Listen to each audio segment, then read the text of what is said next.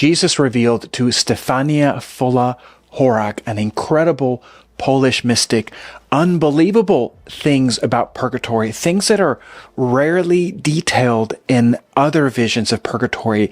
He shows her these different circles of suffering. In today's video, we will go through 7 of them. And in all of these things that you're going to hear defects that you have that you weren't aware of that you need to purify. And see, this is what's incredible, that this could be shown to you so that you can start working on that here and be purified here so that you can avoid that suffering in purgatory later, but also have an incredibly more fulfilling and happy life. This is part 2 of this video series. The first part will be linked at the very end of the video. If you'd like to support this channel in any way, please do so through Buy Me a Coffee. Let's get right into it. The circle of loneliness. All those who thoughtlessly searched for movement, fun, and bustle during their lifetime are getting tired and exhausted here, and who therefore never had time to think about the value of the soul, who squander the precious short period of earthly life on empty matters, trivial, worthless, and therefore evil and sinful.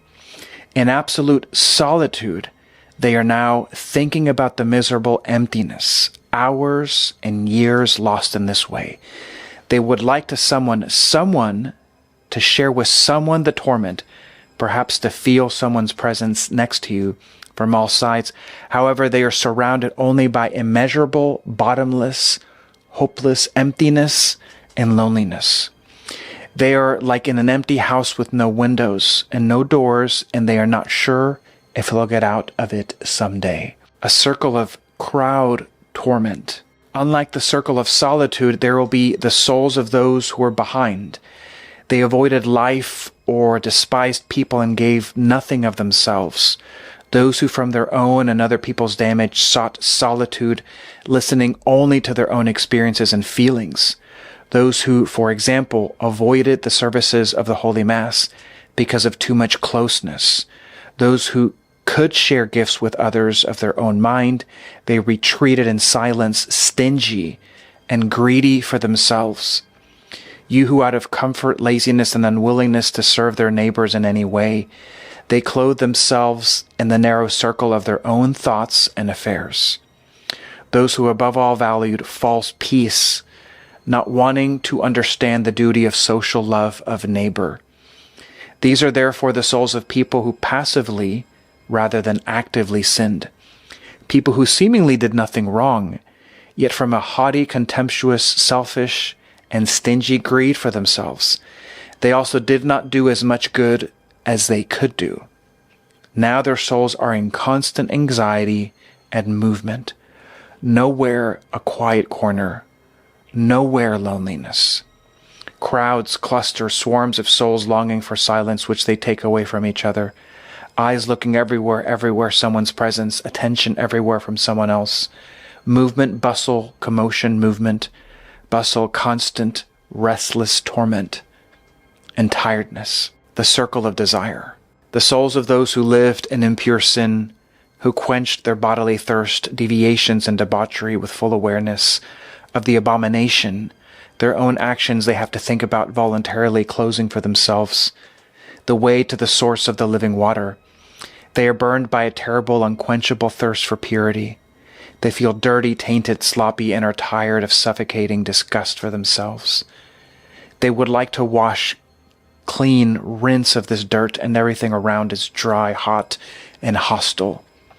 These people drank during their lives from dirty springs. They have to, for so long then, purify with suffering before they can drink from what is pure. Circle of delusion. In this circle, there are souls of people who lived whims and who are constantly looking for new experiences. There will be souls of people who did not want to get to know or touch the simplest everyday duties of real life, creating some artificial experience unprofitable, without benefit to them or anyone else. Now their souls will have to continue to experience burning swarms, wander among the fruitless, the search for important values and meaning to get entangled in foolishness and meaninglessness, and the already properly evaluated confusion of their own artificiality. circle of deceiving hopes. Here are the souls of people who have not kept their word or promise in their lives, who raised vain hopes in others who had a lot of good resolutions, opportunities, and impulses, and never out of carelessness they brought them to the end, who put off improvement for later, as well as a good real prayer. They are tired in this circle with the hope of an imminent liberation.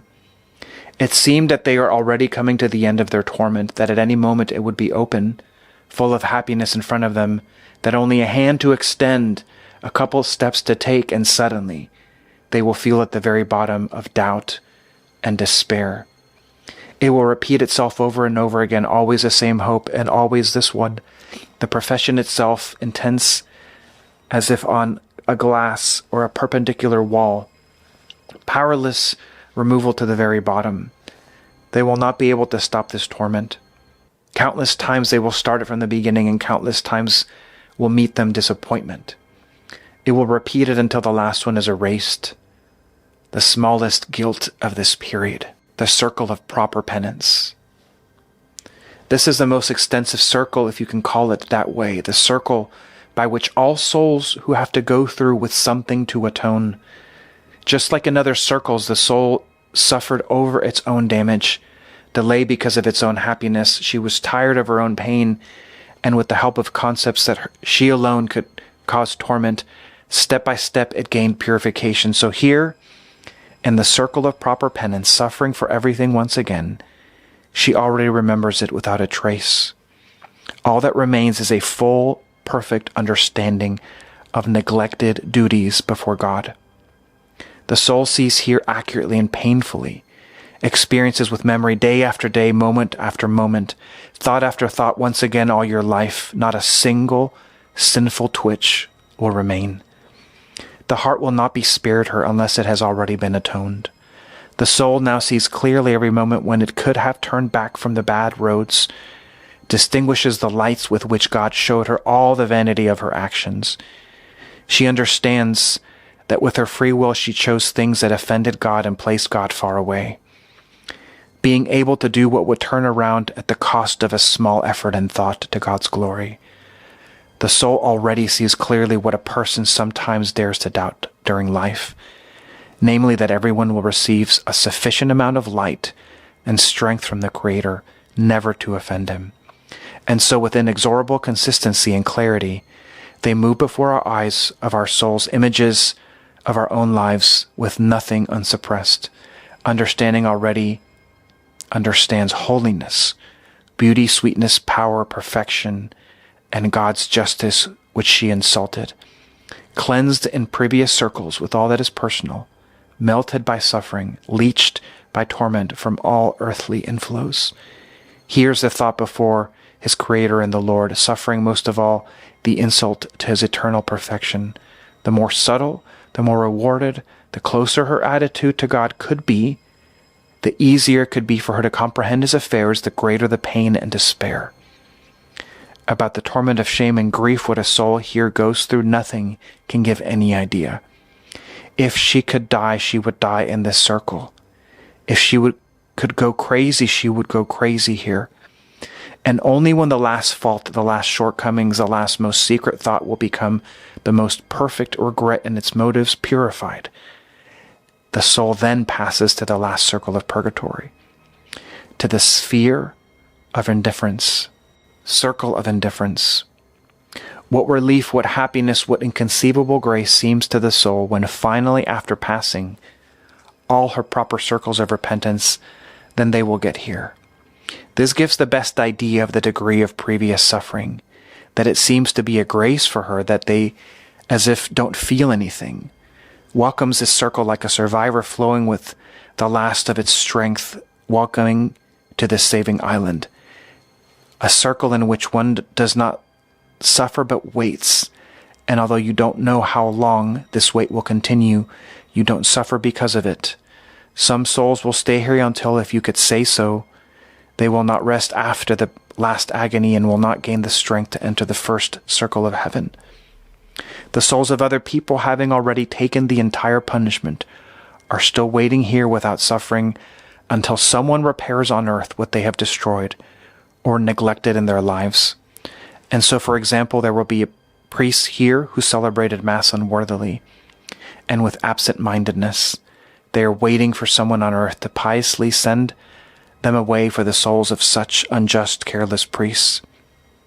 There are also those who made a fortune on human tears and harm during their lifetime, until someone fixes the evil for them, or if it were possible, if in the intention the culprit will not fulfill the merciful deed of equal weight that was done once as harm. The souls of these people will go to the next circle only when the earth will be extinguished by all the consequences of their error. The souls of writers who write works against God's laws will wait here until anyone on earth will no longer take inspiration against the glory of God. Such an expensive action of the penitent soul, however, can take place and clear with God's indulgence and only from the circle of indifference. Sometimes such waiting souls can be brought higher, fervent and full sacrifices, deeds, and prayers of living people who, with full awareness for this and not another soul, they destine their sacrifice. In this circle there are still such souls which, thanks to the intercession of the Blessed Virgin Mary, the request of her patron or prayers, and the deeds of the living people, God shortened the time of the previous circles. The quality of punishment has been somehow changed from a shorter and more painful one for a longer and milder one, in which they will last until their full maturation and purification, allowing them to pass into the first circle of heaven.